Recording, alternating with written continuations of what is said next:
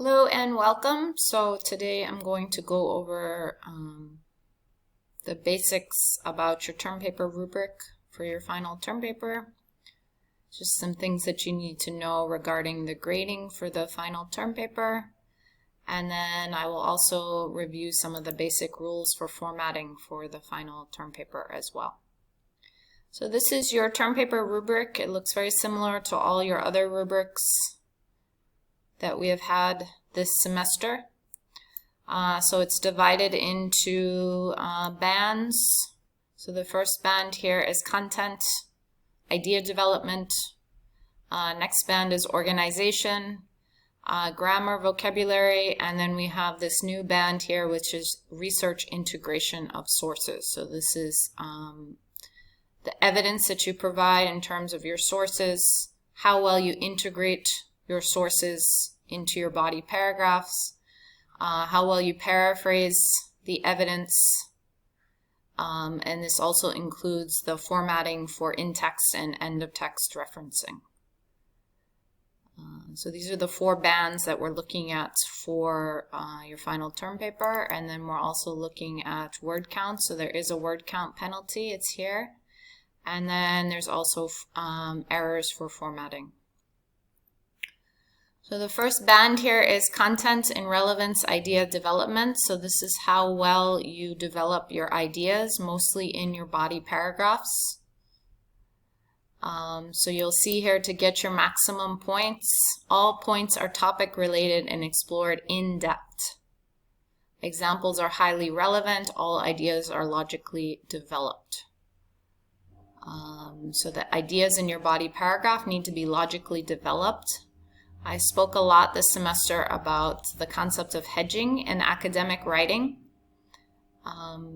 So not using will when you discuss your ideas, especially in your response part, because when you do, that can really affect the development of your ideas.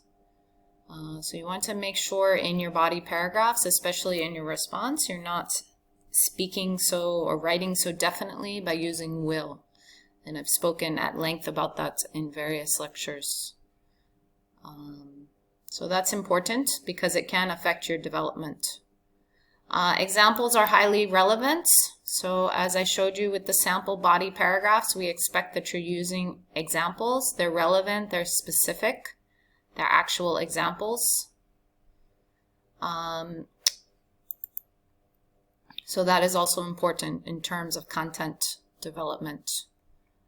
If the ideas are underdeveloped in your body paragraphs, so this is specifically about the response part in your body paragraph. So if the ideas or the response is underdeveloped, then this is probably where you would get marked on the rubric. So content, relevance, idea development. So this mostly concerns your body paragraph, specifically the response parts of your body paragraph. So these ideas should all be your own, and they should be explored in depth. There should be specific examples, and they need to be logically developed. Next band is organization. So this involves your thesis statement, your topic sentences, your use of transitions, your introduction, and your conclusion. So this is where you would get the specific grade for your introduction and conclusion in terms of the required parts. So that's here. Introduction and conclusion are complete and effective. So you need to have the required parts for your introduction and the required parts for conclusion. If you meet the requirements for one but not the other, so for example, let's say your introduction is complete, you have the required parts, but your conclusion is not, then you would be marked here for appropriate introduction and conclusion are attempted because it's in the middle there. So this is your thesis statement here. So your thesis statement needs to have all the required parts, which is the topic of your paper. It needs to show your focus. It needs to have your main points, which are listed in parallel. It also has your topic sentences. So this is what I was talking about with your topic sentences. If you want your topic sentences to be marked here, they need to be paraphrased throughout the paper. So they cannot be repeated exactly as you wrote them in the thesis statement. So that's here. If you don't paraphrase your topic sentences get marked down to here because they're missing an element or they don't conform to academic conventions. So at this level, you should be able to paraphrase your topic sentences. So we consider that an academic convention. Paragraphs are well structured and cohesive, ideas linked with smooth and effective transitions. So when I spoke about the body paragraphs, I gave you a whole chart of different ways that you can respond to the evidence and different transitions that you can use. So as I said, if you can show more higher level relationships in your writing, either results or specific examples, or draw conclusions, then this is going to give you a higher score in terms of your use of transitions and cohesiveness. So I expect to see some of those more higher level transitions in your final paper if you would like to get the maximum points. And then we already spoke about introduction and conclusion here. Grammar and vocabulary. So you'll notice here for the maximum points for sentence structure, it says well-chosen variety of sentence styles and length. So we have 3 types of sentence styles in English. We have simple sentences, we have compound sentences, we have complex sentences. So we want to see a variety of those different types of sentence styles in your final paper to get your maximum points here for grammar and vocabulary. Range of appropriate academic vocabulary.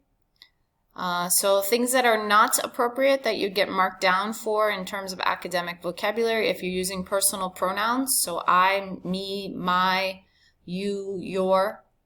So you need to be writing in third person.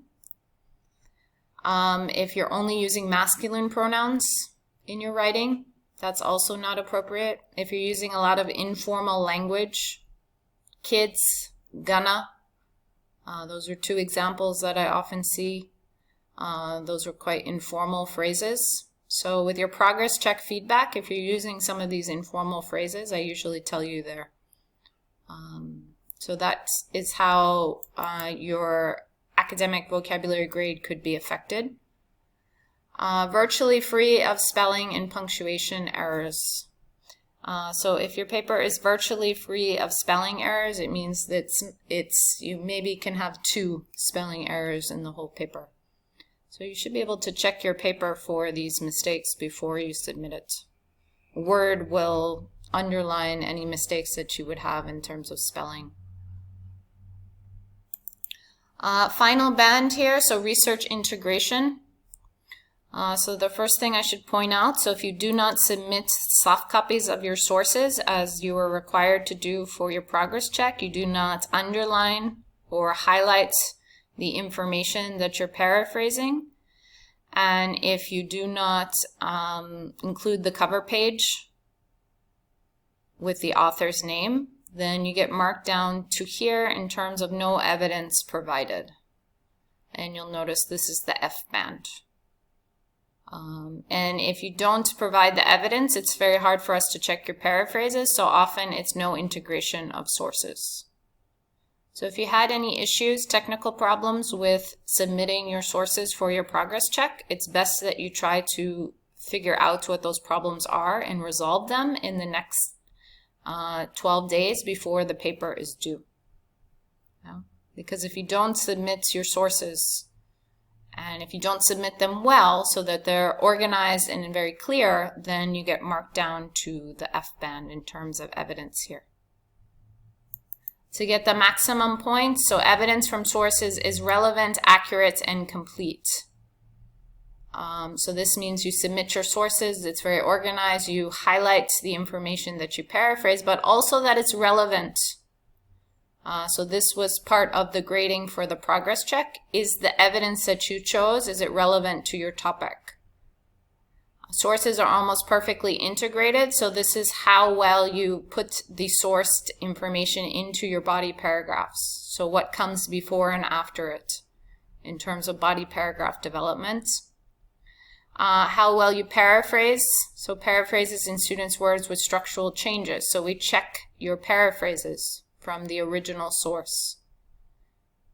And then almost impeccable documentation in text and end of text references. So this refers to your APA in text and end of text. So that's all part of this band. This is important to point out in terms of research, much unacknowledged evidence suggesting plagiarism. So that means that your paraphrases have not been changed. So if we check your original sources and you haven't changed them, then that is part of that. But also if you have a lot of information in your body paragraphs and it just seems like it's coming from a source, then you get marked down here. So this is why it's important to follow the structures that I went over in class for the body paragraphs.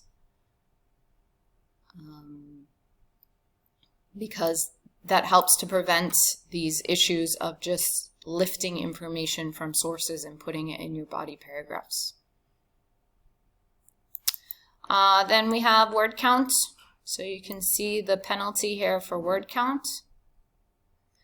So the final paper has to be between 1,000 and 1,200 words. So you can read the penalty here for word count. So please make sure you write a word count on your final paper. And then formatting. So no errors, 1 error, 2 errors, 3 errors, 4 errors. So I'm going to do a part 2 of this where I go over the formatting rules for the final paper. Okay. Please note here on the rubric, it says it very clearly. So if you make changes to your topic and you submit a paper and the selection criteria does not meet the requirements for the final paper, so this is mostly concerned with the focus type. So if you make changes, you submit a final term paper with a focus type that's not allowed, it will not be read, you will not get a new opportunity to submit it, and you will get a 0. So please make sure that you're not submitting a final term paper with a focus type that is not allowed. So definition, description, etc., etc. I've already gone over that. But if you have any concerns about that before you submit the final paper, it's best you email me or try to set up an appointment to discuss it, because you will get a 0 if the criteria is not appropriate for the final term paper. On the second page here, these are the rules for formatting, which I'm going to go over in part 2 of this video. So the formatting for the reference page goes under the research integration band, under documentation. That's important. You can include a quote or 2 in your final paper, but you can't include more than 2 quotes, and it can not be longer than 15 words. So a quote of longer than 15 words or more will be penalized in research integration of paraphrase and quotes. And if your paper does not contain 4 or more than 7 sources marked as poor evidence given, 2.5 under the research dimension. This is also if you submit a paper with 4 sources and the sources do not meet the requirements in terms of 1 book, 1 academic journal, or if they're mostly coming from non-academic sources. So I would suggest, as I've been doing all semester, that you take some time to look at this rubric as you're working on your final term paper, because this is how it will be graded, and if you don't have the requirements, it will result in a lower grade. If you have any questions, please let me know. Thanks.